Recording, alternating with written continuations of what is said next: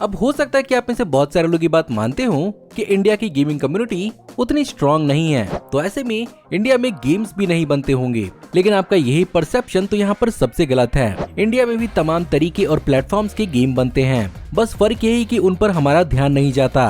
और आज की इस वीडियो में हम आपको एक्सप्लेन करने वाले हैं इंडिया में बने हुए टॉप 10 सबसे बेहतरीन गेम्स के बारे में, जिनमें से तो कई सारे इंटरनेशनल लेवल के हैं। तो फिर देर किस बात की। हे गाइस, मेरा नाम है पंकज सागर और आपका स्वागत है गेमो को प्लेस की एक और फ्रेश वीडियो में। Now with wasting any more time, let's get started.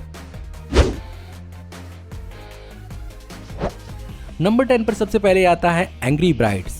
नहीं, मैंने यहाँ पर नाम गलत नहीं बोला है और एक्चुअली ये गेम एग्जिस्ट करता है। हो सकता है कि पहली नजर के अंदर ये गेम आपको कुछ खास ना लगे, पर इस गेम को प्रमोट करने का बिहाइंड द सीन्स शादी.com का मोटिवेशन काफी ज्यादा कमेंडेबल था, जहाँ पर इस गेम के थ्रू डावरी और वुमेन एम्पावरमेंट जैसे मुद्दे को काफी फन तरीके से रेज किया गया था। और इस गेम को एक्चुअली 2012 के जमाने में फेसबुक पर लॉन्च किया गया था, ताकि लोगों के बीच में इन मुद्दों की अवेयरनेस बढ़ पाए। इस गेम के रिलीज होने के बाद इस गेम के पेज पर तकरीबन 2,70,000 फॉलोइंग्स बढ़ी थी।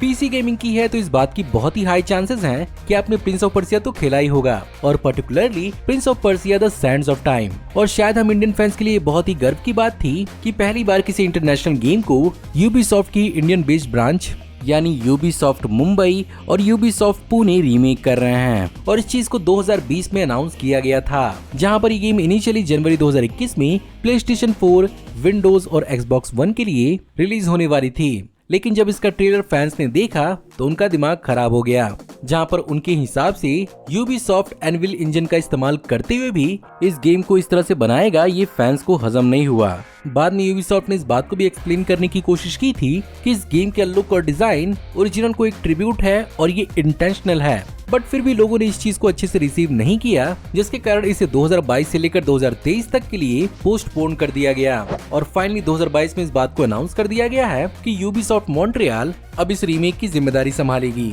और अभी फिलहाल इस गेम को कब रिलीज किया जाएगा, इस बात की अनाउंसमेंट अब तक यूबीसॉफ्ट की तरफ से नहीं आई है।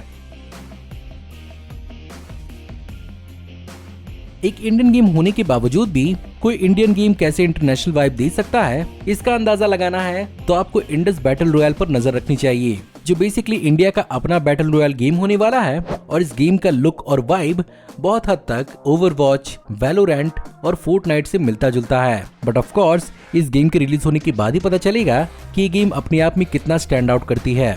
सबसे अच्छी बात तो यह है कि इस गेम के अंदर फ्यूचरिस्टिक कॉन्सेप्ट्स के साथ साथ इंडियन कल्चर और हिस्ट्री का भी एक अच्छा खासा तालमेल देखने को मिलेगा, जहां पर ये गेम फर्स्ट पर्सन और थर्ड पर्सन दोनों के अंदर खेली जा सकती है। इस गेम को इनिशियली एंड्रॉयड और बाद में iOS पर भी रिलीज किया जाएगा। इस गेम के ऑलरेडी 3 प्ले टेस्ट हो चुके हैं और चौथा प्ले टेस्ट इस साल के 15 जून को होने वाला है। इस गेम को बनाने वाली कंपनी सुपर गेमिंग इस गेम को एक्चुअली ई स्पोर्ट लेवल पर पुश कर रही है और होपफुली इंडिया की तरफ से हमें एक सक्सेसफुल गेम देखने को मिलेगा। फियरलेस एंड यूनाइटेड ग्राउंड्स, कुछ याद आया? नहीं, फौजी, अब तो याद आया होगा। वेल, ये गेम तब डेवलपमेंट के अंदर आई थी जब इंडिया से पबजी को 2020 में बैन किया गया था, और यहाँ पर इस गेम के ब्रांड एम्बेसडर के रूप में अक्षय कुमार को चुना गया था। जहाँ पर इस गेम को बनाने वाली Bengaluru based company encore games ने इंडिया के लिए एक बहुत ही बेहतरीन और पेट्रियोटिक गेम बनाने की कोशिश की थी, जहाँ पर ये गेम एक्चुअली इंडिया के आत्मनिर्भर भारत मूवमेंट और इंडिया के वीर को अपने सेल्स के 20% रेवेन्यू के साथ सपोर्ट कर रही थी। बट बहुत सारे लोगों ने पबजी के बैन होने के बाद इस गेम से कुछ ज्यादा ही उम्मीदें लगा ली, जहाँ पर इस गेम के डेवलपर्स इस बात को हमेशा क्लेम कर रहे थे कि वो पबजी के साथ कंपटीशन में नहीं है और ये गेम पबजी की तरह नहीं होने वाली। बट फिर भी लोगों की एक्सपेक्टेशन इससे कुछ ज्यादा ही बढ़ गयी, और बावजूद बेहतरीन ग्राफिक्स के ये गेम उतना कुछ खास लोगों को इम्प्रेस नहीं कर पाया।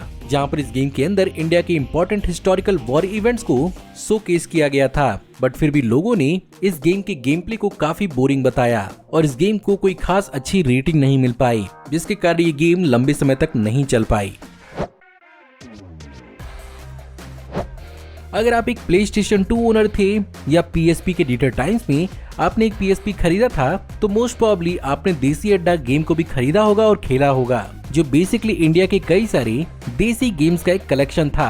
साथ ही साथ इस गेम के अंदर एक फुल फ्लेज्ड स्टोरी लाइन यानी कैंपेन मोड भी थी, और इसके अंदर गांव के कई सारे खेल जैसे कि पतंग उड़ाना, कबड्डी, भाग चाल, गिल्ली डंडा और पाचीसी जैसे गेम थे।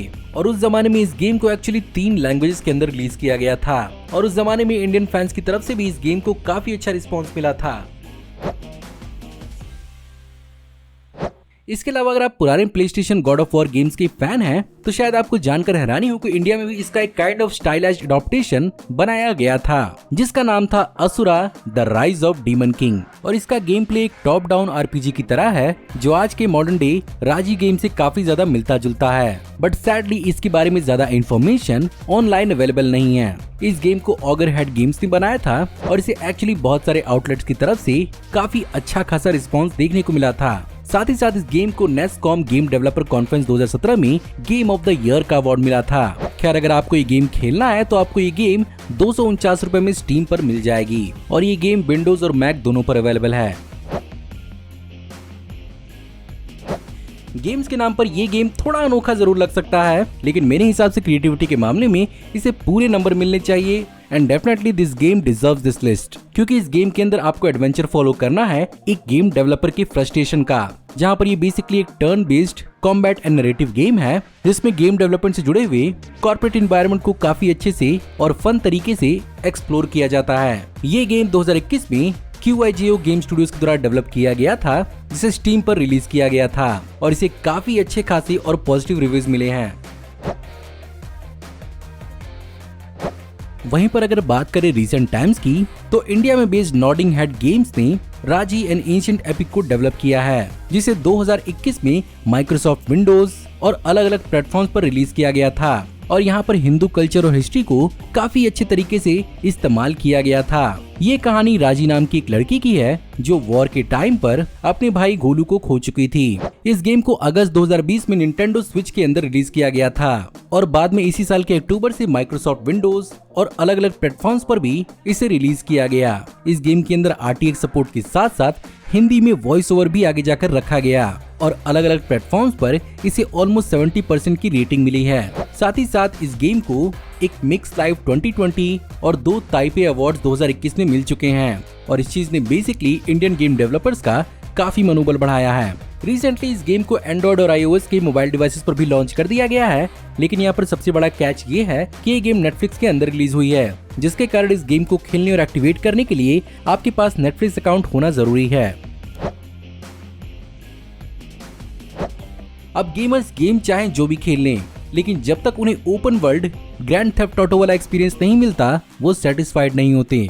इस लिस्ट के लास्ट 2 गेम्स इसी चीज को सेटिस्फाई करने के लिए हमारे लिए तैयार हैं, जहां पर सबसे पहले मोबाइल्स के अंदर हमें माया नगरी देखने को मिलेगी, जिसे इंडिया की हाइपर इंटरैक्टिव स्टूडियोज बना रही है, जो एक बैंगलोर बेस्ड स्टूडियो है और इस गेम के अंदर फुल्ली फंक्शन मोशन कैप्चर का इस्तेमाल किया गया है। इस गेम को इस साल फरवरी में फैंस को शोकेस किया गया था, जहां पर अलग अलग गेमिंग क्रिएटर्स ने भी अपना ओपिनियन दिया है और उनके हिसाब से गेम के ग्राफिक्स, शूटिंग मैकेनिज्म और गेम के व्हीकल के फिजिक्स काफी ज्यादा बेहतरीन है और वेल मेड है।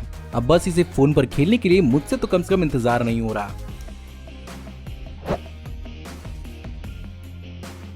लेकिन अगर आपको यही एक्सपीरियंस फुल ऑन पीसी पर चाहिए तो उसके लिए आपको मुंबई गलीज गेम का इंतजार करना पड़ेगा, जिसे बना रही है निखिल मालेंकर की गेमियन स्टूडियोज, जहां पर इस गेम की डेवलपमेंट एक्चुअली साल 2015 से चल रही है और इसे अनाउंस 2020 में IGDC में किया गया था, जहां पर इस गेम के डेवलपमेंट में पब्लिक से इसे 1,77,000 का क्राउड फंडिंग मिली थी। वहीं पर मुंबई एंजल्स नेटवर्क ने इसमें $3,20,000 इन्वेस्ट किए हैं और जैसा कि ये गेम अनरियल 5 इंजन पर बन रही है तो ऑफ कोर्स इस गेम से आप बहुत ही अच्छा खासा उम्मीद लगा सकते हैं, जिसका सबूत इसका खुद का ट्रेलर ही है और इसकी भी ऑफिशियल गेम और टेस्टिंग आ चुकी है, जो कई सारे गेमिंग क्रिएटर्स को काफी सेटिस्फाइंग फील हो रही है। अब बस देखते हैं कि फाइनल प्रोडक्ट हमारे सामने क्या निकल कर आता है।